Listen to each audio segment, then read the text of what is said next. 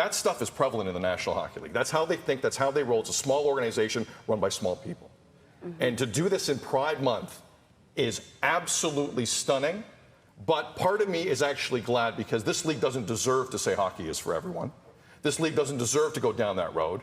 And if I were them, I'd pull out of Pride Nights completely because this league's not ready for this. So we've seen a lot of controversy recently, ladies and gentlemen, in the NHL, the National Hockey League, with players coming out and refusing to wear the Pride jerseys because of their own individual beliefs. Famously, we had Ivan Provorov come out and say, I'm not going to wear this jersey. It goes against my religious beliefs. I respect everybody else, but I'm not going to go against my own beliefs. And for those of you that remember, when the media picked it up, it was made to be like this evil and controversial thing for not wearing a Pride jersey and somebody sticking by their beliefs because everybody must stand for everything and anything. And even off the ice rink now, you know, more and more fans, it doesn't matter what sport it is, they're calling for political messaging to be kept out of the sport they watch and love. People don't want to be subjected to these things when they're tuning in to sport. But after that, we had more and more players come out and refuse to wear the Pride jersey. Even teams altogether were not going to wear it because of certain situations. And because of all of this, because of all the backlash, it has now led to the NHL saying, hey, look, we're not going to wear any theme jerseys during the warm-ups next season. NBC News report NHL teams won't wear theme night jerseys after players' LGBTQ Pride refusals. Teams will still, however, celebrate Pride and other theme nights, including military appreciation and hockey fights cancer. NHL teams won't wear special jerseys for pre-game warm-ups during theme nights next season, the result of a handful of players refusing to use rainbow-colored Pride jerseys this past season and causing unwelcome distractions. The league's board of governors agreed Thursday with Commissioner Garry Bettman's view that the refusals overshadowed teams' efforts in hosting Pride nights that in some cases included auctioning off the warm-up jerseys. All 32 teams held Pride or Hockey is for Everyone night. Bettman, in an interview with Sportsnet following the Board of Governors meeting in New York, said he suggested teams stop having special warm-up jerseys because theme nights were being undermined by chatter over certain players declining to participate. That's just become more of a distraction from really the essence of what the purpose of these nights are, Bettman said. We're keeping the focus on the game, and on these speciality nights we're going to be focused on the cause. You Can Play, which has worked with sports and leagues, including the NHL, to help them grow more inclusive for members of the LGBTQ+ community, said it was concerned and disappointed by the decision. Today's decision means that over 95% of players who chose to wear a Pride jersey to support the community will now not get an opportunity to do so, the organization said in a statement. Work to make locker rooms, boardrooms, arenas safer, more diverse, and more inclusive needs to be ongoing and purposeful, and we will continue to work with our partners at the NHL, including individual teams, players, agents, and the NHLPA to ensure the critical work continues. So yeah, because of the backlash, controversy specifically with the NHL Pride jersey, they've come out and said, look, we're not going to wear any themed jerseys during the pre-game warm-ups. I guess, you know, getting rid of the Pride jersey just on its own would have been too controversial for them, so they've got rid of all the themed jerseys, and some people won't agree with that. You Can Play came out and said, hey, look, you know, we're really upset by this because of a vocal minority. The 5% are now affecting the 95% of players apparently who wanted to wear the jersey. I can guarantee you 95% of players didn't want to wear that jersey. They were just too scared not to. And it's funny they mention this, you know, the 5% affecting a large majority, because most of the time, right, it's another vocal minority affecting a large majority. But when it's not in their case, oh no, it's the most evil thing. How could they? Yeah.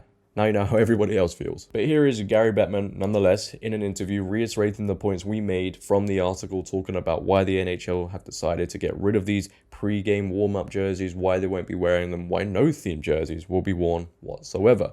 Take a watch. Commissioner, first of all, I understand there was a decision made on the Pride jerseys in warm-up today at Board of Governors. Well, actually, I've suggested that it would be appropriate for clubs not to change their jerseys in warm-ups because it's become a distraction and taking away from the fact that all of our clubs in some form or another host nights in honor of various groups or causes, and we'd rather they continue to get the appropriate attention that they deserve and not be a distraction. A big distraction, and that it has become. You know, these jerseys take away the talking points away from the actual game and the talent these players possess, and everybody else is talking about the jerseys and when somebody refuses to wear it, right? However, this decision, as you can imagine, hasn't gone down too well with certain people. You know, if you remember right? When Ivan Provorov refused to wear the Pride jersey, Canadian media reacted in this way. The theme is not hockey is for everyone, ... unless you don't believe in gay rights, then do whatever you want. If the National Hockey League is going to do this, if any league is going to do this, do it properly or reevaluate what you're doing. I think you find the Flyers $1 million for this. I'm not kidding. Figure this out and stop offending people on nights where it's not about that. It's supposed to be about inclusivity. Because what I heard last night was offensive and didn't make any sense. This is not good enough. Hockey is for everyone, ... unless you don't agree with gay rights is not the phrasing of this. You're either in this or you're not. And one last point. Nothing scares me more than any human being who says, I'm not doing this because of my religious beliefs. The National Hockey League today needs to fine that organization $1 million and reevaluate how they support gay rights. Yeah, very emotional, and I'm sure the tears didn't stop until he and the rest of the people there got home. But the very same people have reacted to this news in the very same way. Take a watch. Oh, announcing it during Pride Month is one thing. That's a whole other thing. I won't even get there. But, I mean, it's always easy not to do nothing. It's always easy just to step back and say, you know what, forget about it. We're getting too much criticism on this end or that end. We're done. What is the hardest thing to do is to actually stand up and have your voice heard. And it just sounds like the NHL continuously takes the easy way. Yep. And decides that they're just not going to advocate for anyone. We're going to stay neutral when, unfortunately, staying neutral is not going to help further the cause, whether it's about pride, whether it's about racism, whatever it may be. Even like on Cancer Night, really? I'm still trying to process this, Lindsay. Yeah, it's so disappointing, and it's honestly kind of disgusting. I completely agree with you. First off, I know everyone's angry at Garry Bettman, and to a certain extent, so am I. He is a shield for ownership, and there are some owners in that league that didn't want to do it anymore. Period. We don't know which ones. That's for Garry to stop us from knowing. But I guarantee you, there were owners in that Board of Governors room who were like, I don't want to have this controversy anymore. But to go the extra length and knock out all the other days as well is honestly, it's cowardly. There's no other word to say it. It is cowardly, and this league, if it weren't for Canadian broadcasters, this league would have been broke 30 years ago. That stuff is prevalent in the National Hockey League. That's how they think, that's how they roll. It's a small organization run by small people. Mm-hmm. And to do this in Pride Month is absolutely stunning. But part of me is actually glad because this league doesn't deserve to say hockey is for everyone. This league doesn't deserve to go down that road. And if I were them, I'd pull out of Pride Nights completely because this league's not ready for this. Homophobia and transphobia are running rampant in that league. It's pretty obvious. This league's not ready for that. So I'd say back up even further. No Pride Nights. Toronto Blue Jays know how to get it done. When there's an issue, they deal with it. This league has no idea what it's doing. None. I would pull back even further, but that's just one person's opinion.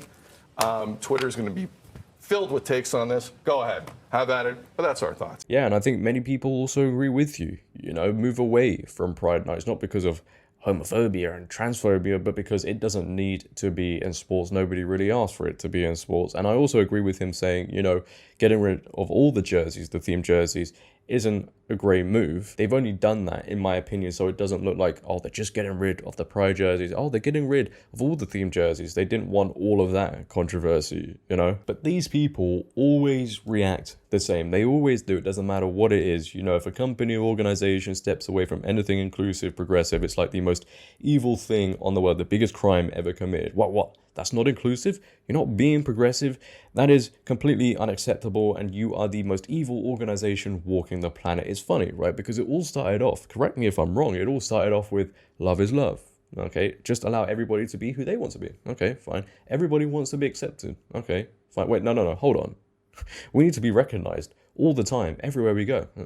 Okay, wait, no. It needs to be on clothing and in sports. It needs to be shoved down everybody's throats wherever they go. And this is where it's lost so many people, because where it started off with something everybody supported and they could get behind, right, it's now gone to this extreme where they're pushing it so heavily and people just want to move away from it. It's this constant push, keep pushing.